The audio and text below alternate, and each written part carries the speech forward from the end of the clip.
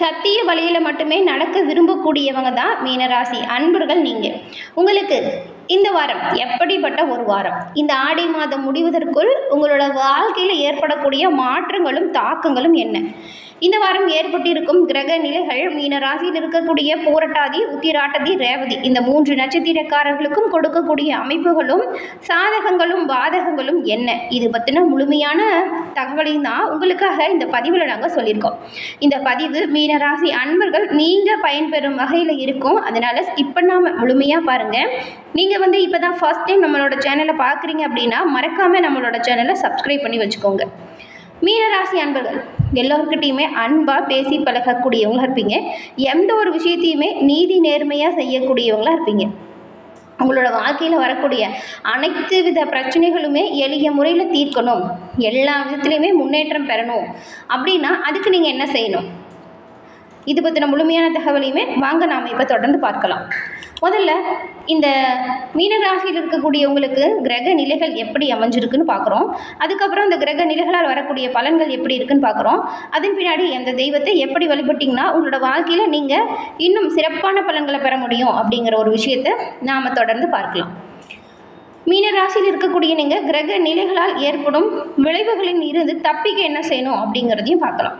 உங்களுக்கு இப்போ ஏற்பட்டிருக்கும் கிரக நிலை அப்படின்னு பார்த்தா தைரிய வீரிய ஸ்தானத்தில் சுக்கிரனும், சுகஸ்தானத்தில் புதனும் குருவும் சுக்கிரனும், பஞ்சமஸ்தானத்தில் சூரியனும், ரணருண ரோகஸ்தானத்தில் கேதுவும், சப்தமஸ்தானத்தில் சந்திரனும் செவ்வாயும், அயன சைன போகஸ்தானத்தில் சனியும் ராகுவும் அமர்ந்திருக்காங்க. இந்த கிரக நிலை என்ன மாதிரியான தாக்கத்தை ஏற்படுத்தும்னு பார்க்கலாம்.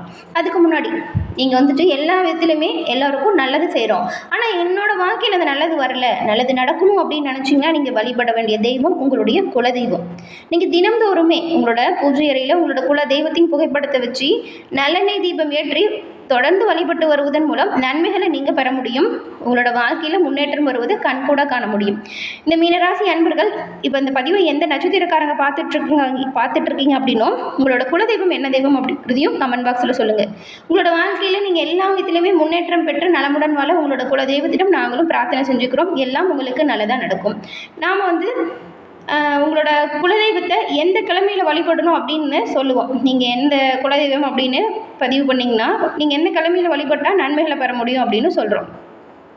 இந்த கிரகநிலைகள் கொடுக்கக்கூடிய பலன்கள் என்ன அப்படின்னு பார்க்கலாம். அதுக்கு முன்னாடி உங்களுக்கு ஜோதிட ரீதியாக இருக்கக்கூடிய பிரச்சனைக்கு எளிய முறையில் தீர்வு பெறணும்னு நினச்சிங்கன்னா டிஸ்கிரிப்ஷனில் ஜோதிட நம்பர் இருக்குது. அந்த நம்பருக்கு ஃபோன் பண்ணி நீங்கள் எளிய முறையில் ஜாதகத்தை கணிச்சிக்கலாம். இப்போ பார்த்தோல்லையா கிரகநிலை, இது உங்களுக்கு இந்த வாரம் எதிர்காலத்தை மனதில் நீங்கள் வச்சுக்கிட்டு அதற்கேற்றது போல் செயல்படக்கூடிய ஒரு அமைப்பை கொடுத்துருக்கு. பொன்பொருள் சேர்க்க கூட உருவாகும். உங்களோட பணிகளை நீங்கள் சீரும் சிறப்புமாக செஞ்சால் சுப நிகழ்ச்சிக்கு பஞ்சமே இருக்காது.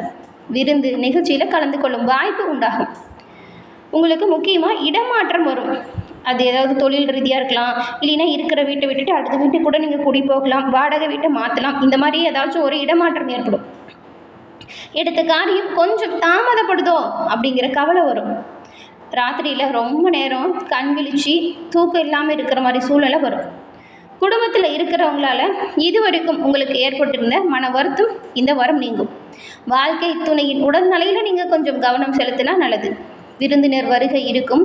புதிய முடிவுகள் எடுக்கிறதுல தயக்கம் வரலாம். பழைய பாக்கிகள் வசூலாகிறதுல தாமதம் உண்டாகலாம். பிள்ளைகள் வழியில் செலவு உண்டாகும். பண விஷயத்தில் கவனமாக இருக்கிறது நல்லது. தொழில் வியாபாரம் எதிர்பார்த்ததை விட அதிகமான லாபத்தை கொடுக்கும். செலவுகள் கொஞ்சம் இப்போ இருக்கிறத விட அதிகமாக தான் இருக்கும். உத்தியோகத்தில் இருக்கக்கூடியவங்க கூடுதலாக உழைக்கணும். பெண்களுக்கு திடீர் பயணம் செல்லும் வாய்ப்பு உண்டாகும்.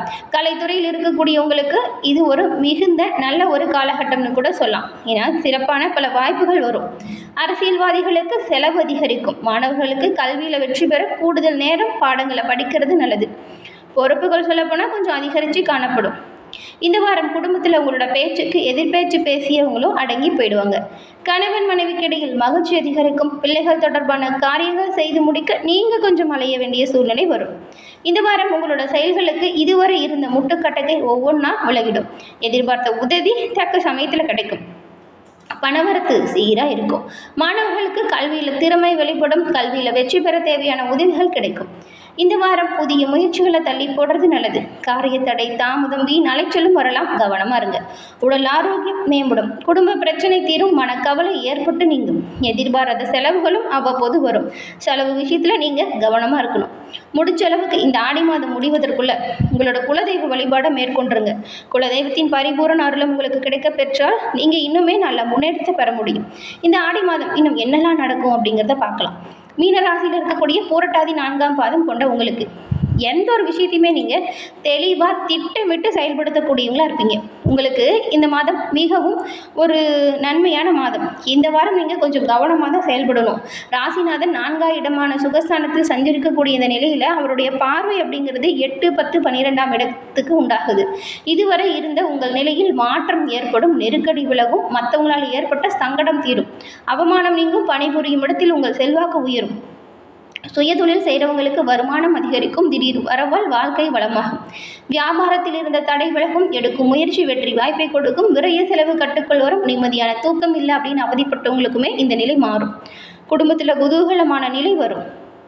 புதன் சாதகமாக சஞ்சாரம் செய்யக்கூடிய நிலைமை வரும் பொழுது நீங்கள் ரொம்பவுமே புத்திசாலிகளாக எந்த ஒரு விஷயத்தையும் செயல்படுத்த போகிறீங்க.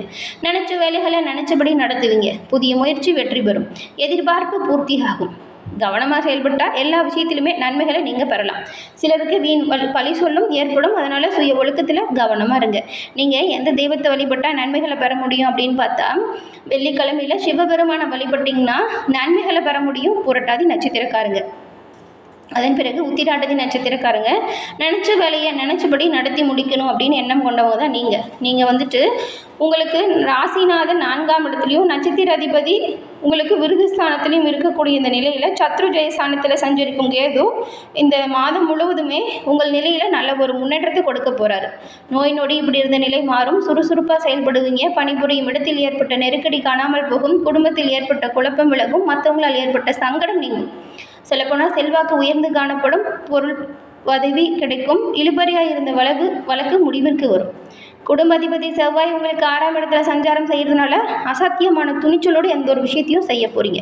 நீண்ட காலமாக தடைபட்டிருந்த வேலை ஒவ்வொன்றா முடியும். குரு பார்வை சாதகமாக இருக்கிறதுனால உங்கள் செல்வாக்கு அதிகரிக்கும். அரசியல்வாதிகளுக்கு புதிய பொறுப்பு பதவி கிடைக்கும். என்னதான் சம்பாதிச்சாலும் கையில் பணம் தங்கலை அப்படிங்கிற நிலை மாறும். விரைய செலவு குறையும். சேமிப்பு அதிகரிக்கும். சிலர் புதிய வீடு வாகனம் வாங்கக்கூடிய வாய்ப்பும் உண்டாகும். கணவன் மனைவிக்குள் இணக்கமான நிலை வரும். புதன் சஞ்சாரம் சாதகமாக வரும் பொழுது சில சங்கடங்களும் வரலாம். கவனமாக இருங்க. உங்களை தூற்றுவதற்கான நேரத்துக்காக எதிரிகள் பார்த்துட்ருக்காங்க. அதனால் நீங்கள் எந்த ஒரு விஷயத்தையும் கரெக்டாக செய்யுங்க. தவறு ஏதாவது இருக்குதுன்னா திருத்திக்கோங்க. தவறான பிரச்சாரம் செய்கிறவங்க உங்களை சுற்றி இருக்கிறாங்க. அதனால் கவனமாக நீங்கள் இருங்க. குடும்பத்தில் இருக்கிறவங்ககிட்ட ஆலோசனை ஏற்றுக்கோங்க. அவங்களோட ஆலோசனை நல்ல முன்னேற்றத்தை கொடுக்கும். வரவு செலவில் கவனமாக இருங்க. நன்மை அதிகரிக்கும். தனியார் நிறுவனத்தில் பணிபுரியறவங்களும் தான் உங்களோட எதிர்பார்ப்பு பூர்த்தியாகும். வயதானவங்கள் உடல்நிலையில் இருந்த பின்னடைவு நீங்கி உடல்நிலை சீராகும். இந்த உத்திராட்டதி நட்சத்திரக்காரங்க எந்த தெய்வத்தை வழிபட்டால் நன்மையை பெற முடியும் அப்படின்னு பார்த்தா, உங்களுடைய குலதெய்வ வழிபாடை தொடர்ந்து செஞ்சுட்டு வந்தீங்கன்னா நன்மைகளை நீங்கள் பெற முடியும். குலதெய்வ வழிபாடு நன்மையை கொடுக்கும். அதன் பிறகு ரேவதி நட்சத்திரக்காரங்களுக்கு திட்டமிட்டு செயல்பட்டு நினைச்சதை சாதிக்கிறவங்க தான் நீங்கள். உங்களுக்குமே 25ஆம் தேதியிலிருந்து புதன் சாதகமாக சஞ்சாரம் செய்கிறாரு. இது வரைக்கும் இழுபறியாக இருந்த வேலைகளுமே இந்த சமயத்தில் முடிவிற்கு வந்துடும். நீண்ட நாள் முயற்சி வெற்றியாகும். இடம் வீடு சம்பந்தமான விவகாரம் முடிவிற்கு வரும். உறவினர்கள் ஆதரவு கொடுப்பாங்க. செல்வாக்கு உயரும். 6ஆம் இடத்தில் சஞ்சரிக்கும் கேது உங்களோட செயல்களில் நல்ல ஒரு லாபத்தை கொடுப்பாரு. தைரியமாக நீங்கள் செய்யக்கூடிய ஒவ்வொரு விஷயத்துலையுமே லாபம் அதிகரிக்கும். மற்றவங்களால முடியாது அப்படின்னு கைவிட்ட வேலையை கூட எடுத்து நீங்கள் ரொம்பவுமே சிறப்பாக செஞ்சு முடித்து அதில் ஆதாயத்தை பெறுவீங்க. சொல்லப்போனால் இந்த மாதம் முழுவதுமே சுக்கிரன் உங்களுக்கு சாதகமாக சஞ்சாரம் செஞ்சுருக்காரு. இதனால் பொன்பொருள் சேர்க்கை வரும். வேலை பார்க்கும் இடத்தில் உங்கள் கோரிக்கை நிறைவேறும். வெளிநாட்டு முயற்சி சாதகமாக நடக்கும். வேலைக்காக வெளிநாடு செல்வதற்கு எதிர்பார்த்த இந்த அனுமதி கிடைக்கும். செவ்வாய் சாதகமாக சஞ்சாரம் செய்யும் பொழுது வாங்க நினைத்த இடத்தை வாங்குவீங்க. சொத்தில் இருந்த பிரச்சனை முடிவிற்கு வரும். சகோதரர் ஒற்றுமை அதிகரிக்கும். தைரியமாக செயல்பட்டு நினைச்சதை சாதிக்கலாம். வம்பு வழக்கு இந்த சங்கடமான நிலை மாறும். ஒரு பார்வை உங்களை பயமுறுத்தி வந்த பிரச்சனையிலிருந்து விலக்கு பெறும். மற்றவங்களால் சந்திச்ச அவமானம் விலகும். அரசு பணியில் இருக்கக்கூடியவங்களுக்கு நீண்ட கால எதிர்பார்ப்பு பூர்த்தியாகும். அரசியல்வாதிகளின் செல்வாக்கு உயர்ந்து காணப்படும். மாணவர்களுக்கு படிப்பு விஷயத்தில் அக்கறை அதிகரிக்கும். மனக்குழப்பம் தீரும், பணப்புழக்கம் அதிகரிக்கும். மீனராசி அன்பர்கள் கவனமாக செய்கிற ஒவ்வொரு விஷயத்திலுமே நன்மைகளை நீங்கள் பெற முடியும். குலதெய்வத்தின் பரிபூரண அருளும் கிடைக்க பெற்று நலமுடன் வாழ வாழ்த்துக்களை தெரிவிச்சுக்கிறோம். இந்த ரேவதி நட்சத்திரக்காரங்க எந்த தெய்வத்தை வழிபட்டால் நன்மை பிறக்கும் அப்படின்னு பார்த்தா, ஆண்டாளை வழிபட்டு வருவதன் மூலம் நீங்கள் தடைபட்டு இருந்த வேலைகளை சுறுசுறுப்பாக செய்யக்கூடிய ஆற்றலை பெற முடியும். இறைவனின் அருளால் எல்லா விதத்திலுமே முன்னேற்றம் பெறுவீங்க. என்ன மீனராசி அன்பர்களே, இந்த பதிவு நீங்கள் பயன்பெறும் வகையில் அமைஞ்சிருக்கும்னு நினைக்கிறோம். பதிவு பிடிச்சிருந்தா லைக் பண்ணுங்கள், ஷேர் பண்ணுங்கள், கமெண்ட் பண்ணுங்கள். மறக்காமல் நம்மளோட சேனலை சப்ஸ்கிரைப் பண்ணி வச்சுக்கோங்க. தொடர்ந்து பார்த்தமைக்கு நன்றி நேயர்களே.